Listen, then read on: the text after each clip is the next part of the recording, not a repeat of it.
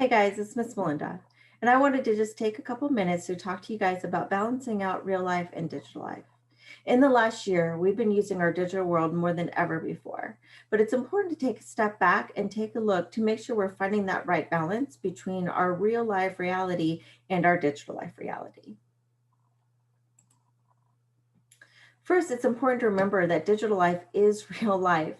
The interactions and the connections that we make there directly impact how we feel and who we are. It can offer support from friends, help us feel less lonely. It's a great way to share new ideas and build a community. Sometimes we meet people that become really dear friends that we would not have met otherwise. It's also important to remember that what we do online can directly impact our real lives.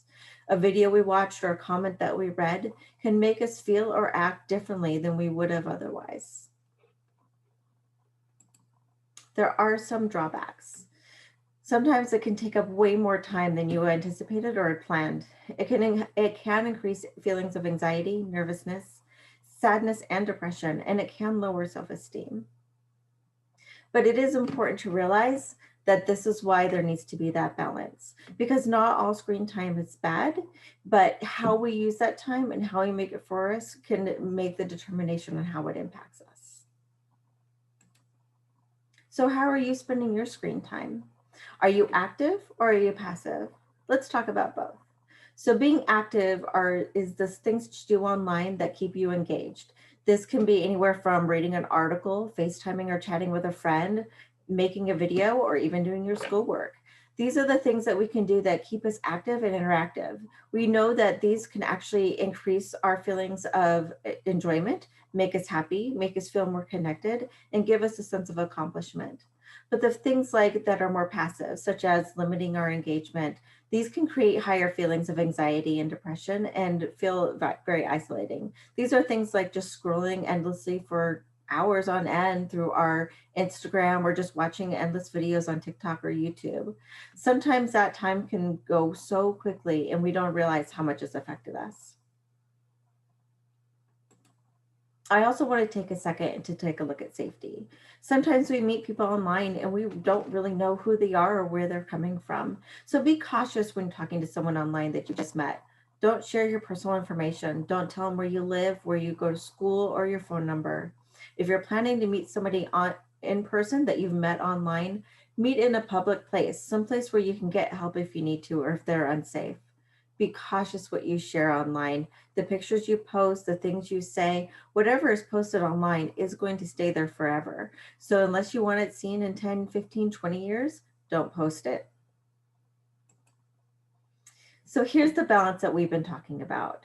How do we find that? So here's some tips of ways to find that balance between our real lives and our digital lives. So first, monitor our screen time. If you look at the battery usage on your phone or on your computer, it'll oftentimes tell you what apps you're spending a lot of time on. And it can give you an estimated time of how long you spend on each app. I'm guessing you're probably spending more time than you think. Or you can even just track it on your own.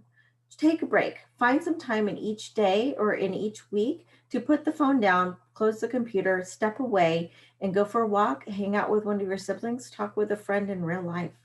Be mindful of why you're using the screen. Are you just bored? Are you just trying to escape something? Are you looking for a connection? What are you really looking for and why are you on?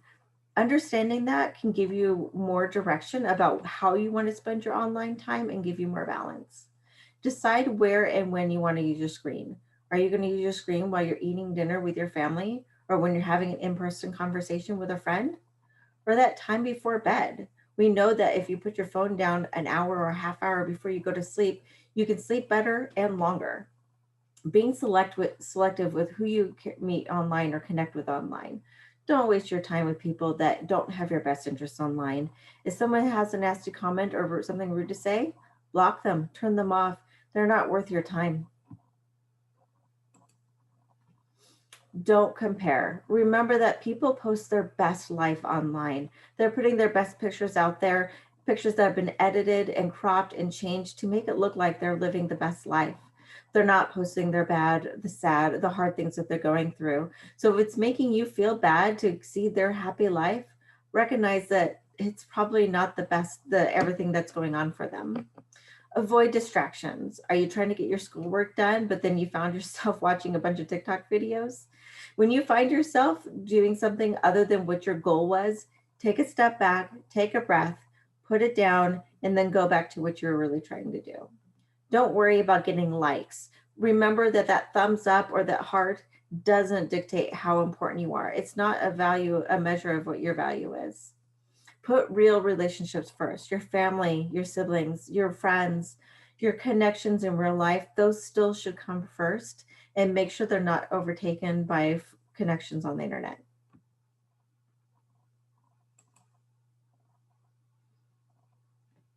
So that's the end of my video. I hope you guys have a great day. And remember all these things as you're going out there on the digital world. Please be safe and have a great day.